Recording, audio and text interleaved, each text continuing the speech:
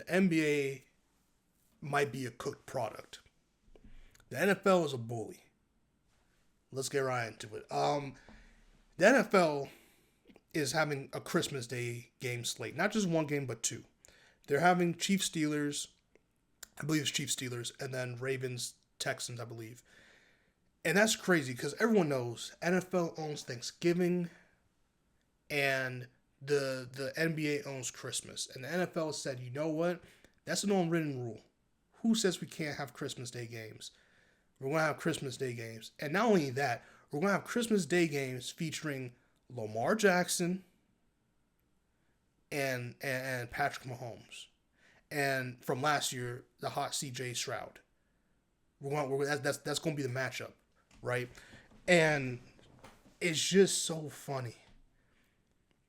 Because the NBA did this to themselves, man. The NFL, by the way, is going not only to take over America, but the whole world, because the NFL is becoming more and more international every day. They've taken games to Brazil, Mexico, England, and Germany. They've done it. And also, if you notice the backup players' helmets, they have other flags on their helmets. For example, I believe Amon St. Brown, I believe his mom is German.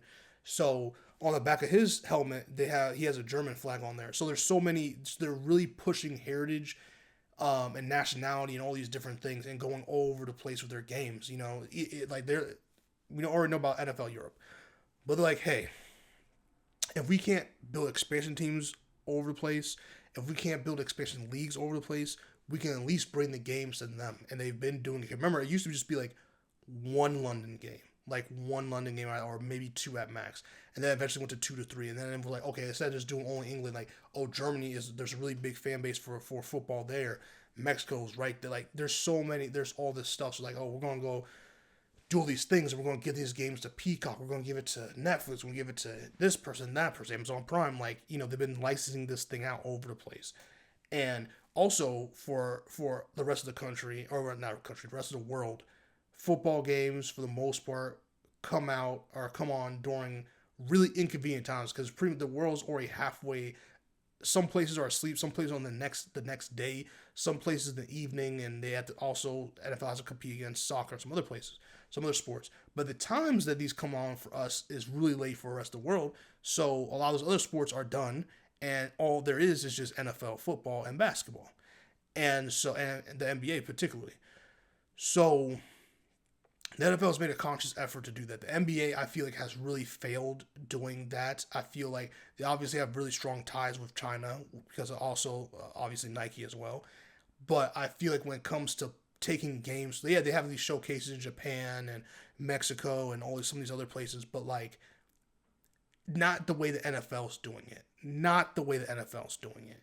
And they also marketing their players, marketing their games has been really bad. I mean, look at the debacle they had with inside the NBA. That should have been, if anything, they should have featured that crew even more. They're giving them even less to do next season, and I just hate that, because that's a great byproduct of the NBA. There's not a lot of great byproducts for the NBA. The NFL has spawned so much quality byproducts for their sport and for their organizations and their league, and they just expanded it more and more and more, man. They really have. And they've taken how American football is a good novelty for other places and really leaned into that. Basketball, they're just not doing it. And part of it is also like players not wanting to play the game. Now, some of it is due to injury, which I don't want to make fun of injury, and I'm not even trying to do all that. But the fact remains that some of these players, for whatever reason, cannot play. Whatever their reason may be. They could do, out here talking about, I'm not going to do back-to-backs. I'm not going to do this. I'm not going to play this game. I'm not. And then when they do all that just to go into playoffs, get injured anyway, either play horribly because they're injured or just not play at all, it's not a good product. It's just not. It sucks, and injuries are unfortunate, but the fact remains you're not on the court. When you're not on the court, you're not doing a single thing to help the game grow in that regard. You can have your little camps over the place. You have your signing events. You can have this and that. You have your podcast, whatever. But in terms of what people come to watch you for, what you specifically get paid the majority to do, is to hoop. And if you're not doing that, it's a problem. It's a problem. So that's became an issue. Obviously, the NFL has their injuries, and the NFL is a really violent sport. But at the end of the day, it's like they're really good at marketing stars and making sure those matchups see the light of day. Forget Thursday Night Football for a second. I will say Thursday Night Football this year is way better than it's been for the last like 3 or 4 years, but way better than last year. Last year was really bad for Thursday Night Football. This year is a lot better, like a lot better. And also, again, going back to the marketing of the stars, they market their stars really well. When Jaden Daniels got hot, they're like, yo, we're pushing this narrative. They love storylines in the NFL. Like, we're pushing this guy like he's the second coming of Jesus, bro. Like, we're marketing Jaden Daniels as him. As soon as Jaden Daniels had a couple of good games, they literally went and started pushing the narrative immediately, like clockwork, that he's better than Lamar Jackson, that he's the next Lamar Jackson. And it's like, is that true? Of course it's not. Of course it's not. But the NFL is so good at marketing and genius at this media machine that it doesn't matter whether it's true or not. They just know it's going to count endless debates. And you know what happened? They know, not that they did this on purpose, but they knew that obviously the NFL scheduled the Commanders and Ravens game. They even tried to flex that. CBS, I believe it was CBS that owns the rights for those, was not going to have it, was not having it, but they were like, but still, since they couldn't get it on primetime, they were like, yo, we're going to hype this thing up. And all week leading, 3 weeks out from that game, it was like hype. It was like, yo, this is going to be the battle of the DMV, the battle of the Beltway, the battle of I-95, I-95, 495, like, it's just all this, it's hilarious. Like, it's so much, that's what they do for football. Basketball doesn't have any of that. They don't do that, man. And basketball really, and now for a lot of their clips and stuff, a lot of people can't use their clips in their videos on YouTube and stuff anymore. So, like, even the people who are help hyping basketball up, these podcasters and YouTubers, like, we're doing wonders for the NBA, to be honest with you. The NBA don't get behind this. I could be wrong. I'm like, that's something I do want to ask, like, people who do just basketball content, stuff like that. I do wonder how much support and love the NBA shows them. Because the NFL, I'll tell you one thing, the NFL loves them some content creators, bro. The Pro Bowl, the draft, like the draft, bro, you'll see a bunch of content creators doing like interviews and all this stuff. They'll even put them on NFL Network. They don't care. Like, they're like, listen, we like your content. We know what you can do for our brand. You're part of the NFL now. Like, they'll really set people up for success and help further the brand because they know how important social media is, how much less work it is for the NFL to do it when you have a bunch of people who are willing to do it in a way for free. You know what I'm saying? So it's just about this. The NBA don't be doing that. I don't be seeing a lot of personalities who do content and podcast stuff for the NBA. I don't see them at All-Star break. I don't see them at the draft. I don't see them at combines. I don't see them at like any of these things. And also the NFL has Hard Knocks. The NBA doesn't have that. Now they have like starting five or whatever, stuff like that. But that's not something that like, that's not, Hard Knocks has been around since like what, 2000 something, 2002, something like that. Hard Knocks, and just like I said, they just know how to market their star talent. We got off of the Brady Manning era. People were like, yo, who are we?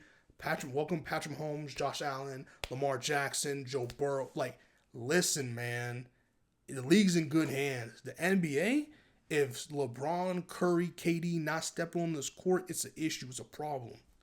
It's an issue. It's a problem. It's like LeBron's turning 40 in a month or in like a couple of weeks, and he's still the leading draw for this league. Curry's like 36 or something. Durant's like 36, 37. Like, this is interesting. It's very interesting, and I just don't know what the NBA does. And another thing is like these nationally televised games don't be starting on time. They be starting really late. They're licensing their games all over the place, so you have to have like 4 or 5 streaming services if you want to really watch it, or you can just use illegal streaming sites. I'm not champagning that. I'm not saying you should do it. I'm just saying that's the reality. That's what people use because it's cheap. By cheap, I mean free.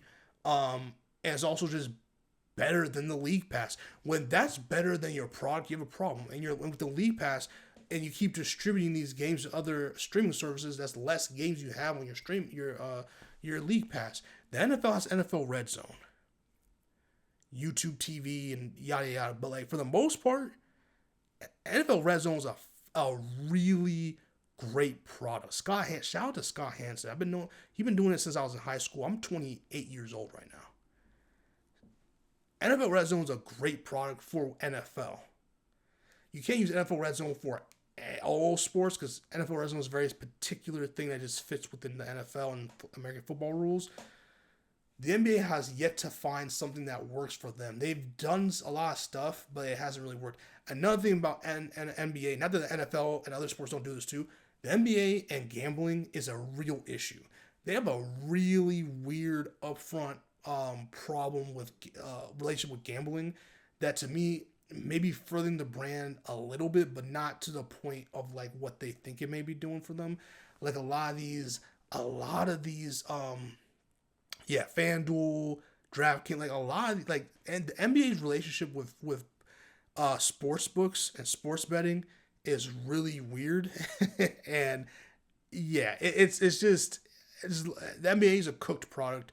I don't know where it goes from here, but I know it could be a lot better, and I think the NFL is just in a prime position to overtake the NBA.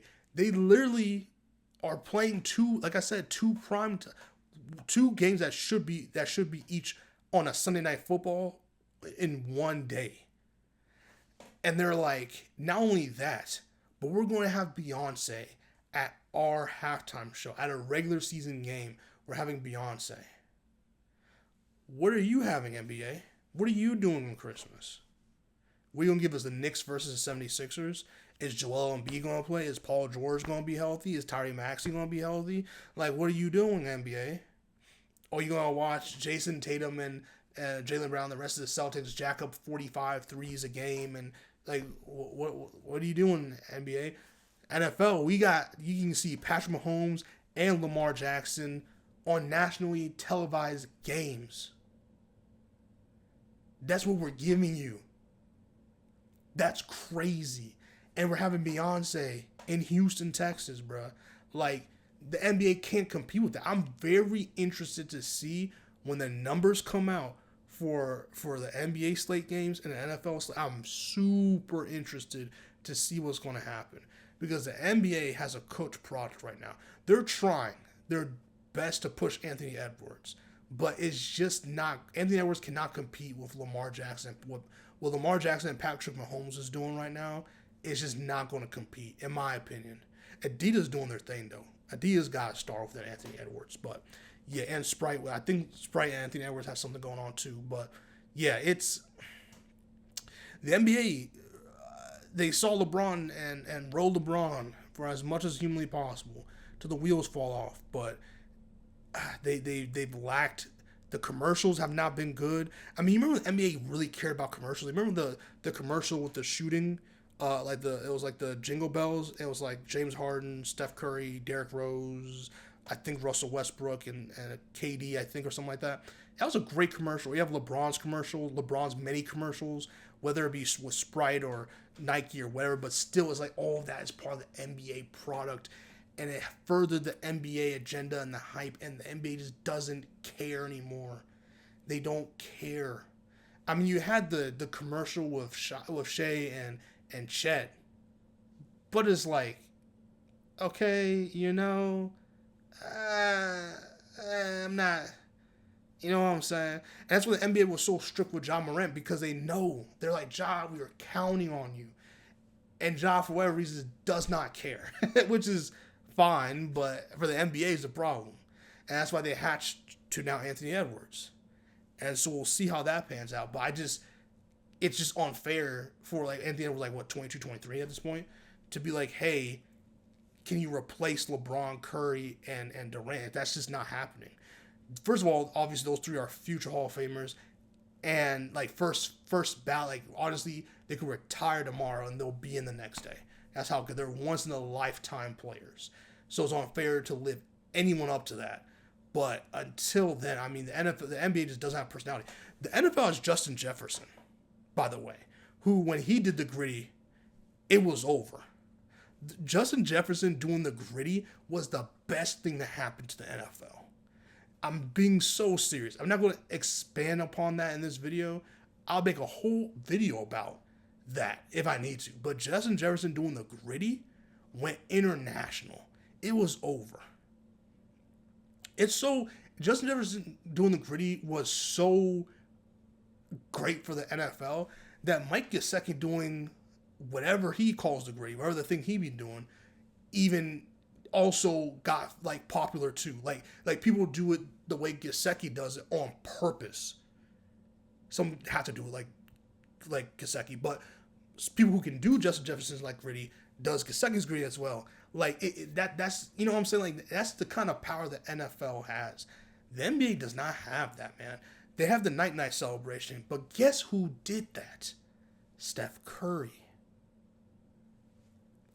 Hell, Steph Curry's night is so iconic that LeBron had to dust off the shelf the silencer. LeBron had done that shit in like what feels like 20,000 years, and he had to break that out because the night was just sweeping the nation, man. Like you remember when people do the sweep and people do the silencer, people do the night, but like the NBA has a problem because the NBA. Matter of fact, when LeBron, KD, and Curry retire, the NBA owes them each $1 billion check. And I'm being serious. That's how much these three have carried the NBA. They owe them $1 billion each. And I mean that. Like, comment, subscribe, share. See you on the next one. Have a good one.